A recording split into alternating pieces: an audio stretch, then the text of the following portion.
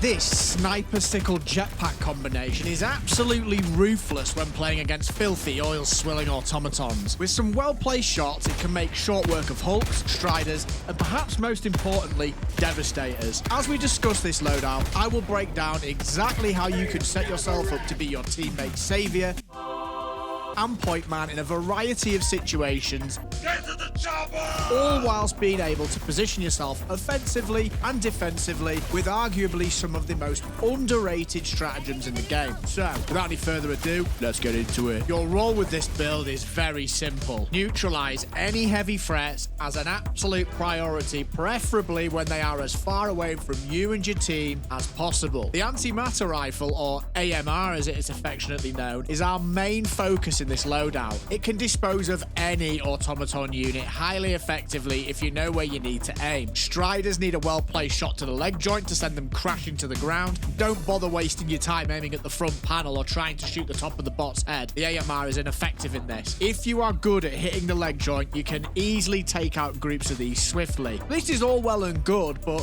where this weapon truly shines is when handling the more scary opposition in the automaton arsenal. Equip this weapon and you become an instant nemesis to hulks, and your team will love you for it. 2 shots to the red eye slot and this weapon will destroy a hulk. Now, that is easier said than done, especially depending on which angle you're firing from at the eye or how quickly the hulk is traveling. So if the hulk is running, you'll have a much harder time as the eye moves around a lot. So to alleviate this issue, there are a number of choices here. Using stun grenades when the hulk is close enough is a great way to line up some simple, easy shots. This is, of course, not always possible, so instead you can also shoot the hulk's legs. It takes around 5 or 6 shots with the AMR, and this heavily reduces its mobility and not only makes matters easier for you when you're shooting at the hulk, it also takes that fear factor away from your teammates as well. You can also use this same approach with the hulk weapon if you want to remove that ridiculously scary and annoying flamethrower out of the equation when fighting them.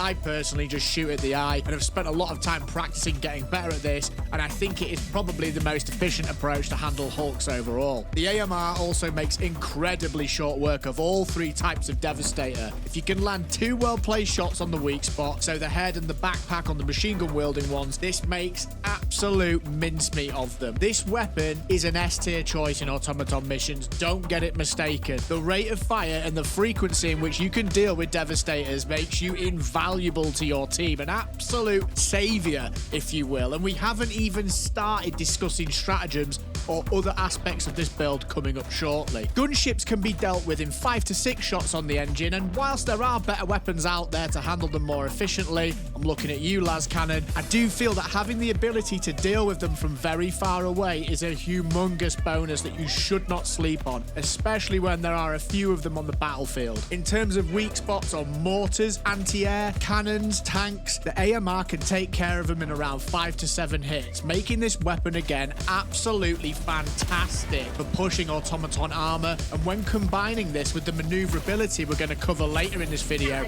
you're probably starting to see why the AMR is such a great pick for bots, particularly after the recent patch and the upgrade to the damage. Now, if that already wasn't enough, perhaps one of the most exciting things about this weapon is that it can take on the newest addition to the bot army, the Factory Strider. And folks, this does serious work against this enemy, let me tell you. Provided you can get close enough to see its undercarriage, you can take these down surprisingly quickly. First up, 2 well-placed shots on each of the front Gatling turrets will be enough to take those down, and this tends to be the main threat when pushing them. Followed up by stun locking any devastators it has dropped with our grenade of choice, which is of course the stun grenade, which will allow us in part to get close enough with the AMR to completely empty the magazine into it. The footage that you're watching now is me bringing down a Factory Strider after it's already taken a bit of damage. However, with that being said, I put around a mag and a half into one the other day and then followed that up with an airstrike before jetpacking away. Very cool. And this brought one down from full health. You could also try and shoot the eye at the front, but this really is not as efficient as this technique that I've just explained. Next up, the sickle. And this is the ultimate pairing to go with the AMR in my opinion. This is absolutely game-changing when paired with the AMR for a number of reasons. The sickle excels at ripping through lighter enemies and can even contribute to dealing with devastators and weak spots on the back of hulks. Because it's a heat-based weapon, you can play the sickle without spending a single reload if you manage this mechanic efficiently. It makes a very fluid play style in which you can swap between the AMR and the sickle based on what you have in front of you. Just rip through a group of striders and devastators with the rifle, and now you're scratching your head because you're out of ammo and need to clear a group of regular bots? Absolutely no problem. Just switch to the sickle and watch them fold. Switch back, reload the rifle, rinse, repeat this pattern. This weapon performs incredibly well in those situations that require you to push outposts with a lot of lighter enemies in there. Pick off the heavies and then push in using the sickle and the jetpack. Complement this further by using the revolver, which feels like it further extends the swashbuckling approach you can take with this build, and perhaps most importantly, it looks really cool when you whip out the pistol and nail a group without missing a shot. The jump pack, which is the icing on the cake for this build, again excels against automatons, and I would say it excels in any situation, including bugs, to be honest, folks. I feel like the jetpack is really slept on, and I see a lot of people now just starting to wake up to this, and to be fair, that's me included. It allows us to assault mission objectives aggressively or stealthily. We can ignore walls and get to consoles to turn off jammers, or find angles to push into AA and mortar emplacements. It's absolutely fantastic when paired with the AMR because it allows us to set up offensively and defensively for incoming waves of enemies. I find that playing slightly away from the main unit and setting up flanking positions allows you to get into places that make it incredibly useful to neutralize columns of heavy armored enemies and create a sort of crossfire situation that completely melts your opposition. It's also fantastic when retreating or when you find yourself in a pinch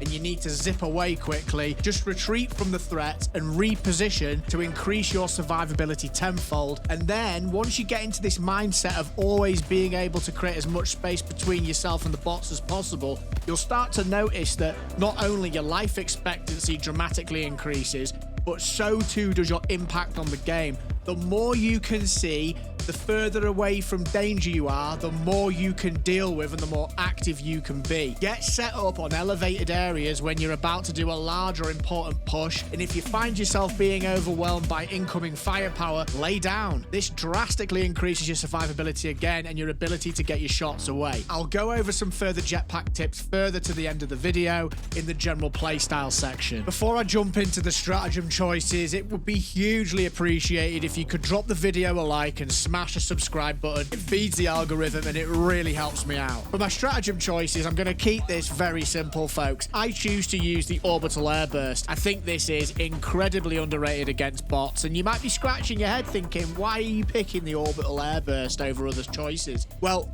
it makes incredibly short work of packs of devastators and striders and turns a frightening presence into a lone whimpering hulk, which you can quickly deal with some well-placed AMR shots, or following it up with our next stratagem of choice, the Eagle Airstrike. This airstrike gives us the capability to deal with tanks and hulks, along with contributing to destroying cannon turrets, fabricators, and such like. I find that using this stratagem combination in unison with stun grenades really allows you to lean into the shock and awe style of gameplay that this loadout is so effective at providing against bots. You can, of course, swap these out for things like orbital laser and 500 kg bomb, those more meta cookie cutter picks, but I just find having the airburst and the airstrike is much more suited to the highly mobile and punchy playstyle that other aspects of this setup provide. And I'll be honest again, folks, I'm getting a little bit bored of playing the same things, which is why this loadout is a little bit different from the usual ones that you're seeing. I'm trying to look at loadouts in a bit more of a fresh way moving forwards. I also want to point out the merit of taking an orbital and an eagle and using them side by side.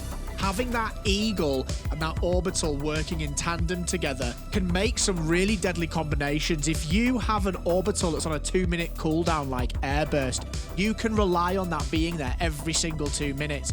All too often I find myself with a double eagle setup or a triple eagle setup, finding myself not able to use the ones that I want to use because I haven't sent them for a rearm and I haven't used the other ones yet to send it off for a rearm if I've already used one. You can probably see where I'm going here, folks. It just makes the play style feel that little bit more fluid, and you are reliably able to call on that airburst every 2 minutes, and once you've used all your airstrikes, they're back.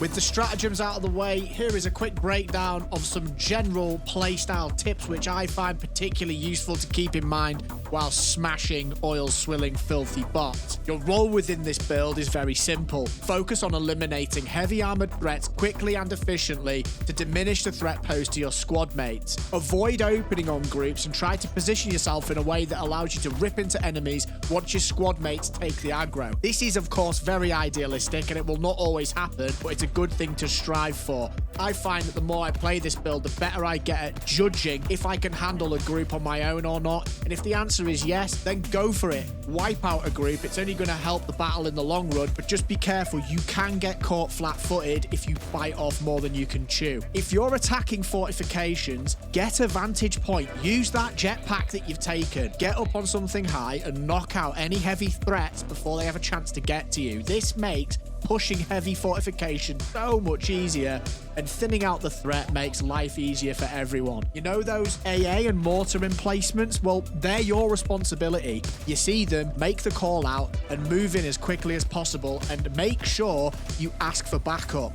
The same goes for gunship factories. Use the jetpack to your advantage again here, folks. Get in, drop the hell bomb, get out.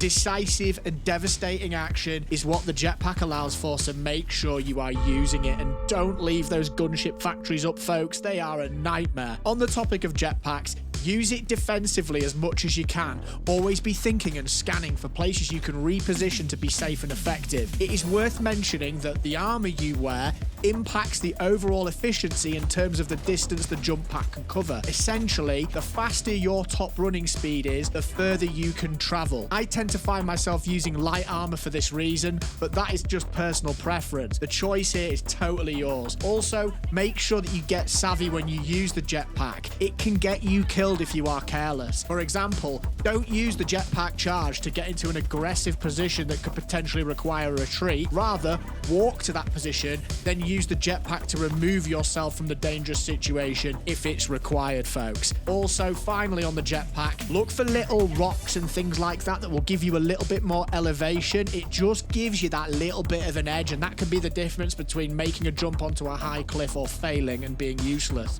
Get comfortable with switching between the AMR, sickle and revolver when you are jumping. Use the opportunity when you're in the air or just before it to make the decision based on what you see in front of you. Try to see the revolver as an extension to your sickle ammo. Don't let the sickle overheat and switch to the revolver to finish the job. It'll be cool enough to use again once you've emptied the revolver. If you think I've missed any pointers that would be helpful, I'd love to hear them, so please do sound off in the comments below. And if you're looking for a breakdown of tips and tricks for sentry turrets, this next video's got you covered. Take care of yourselves, keep having fun, and I'll see you in the next one.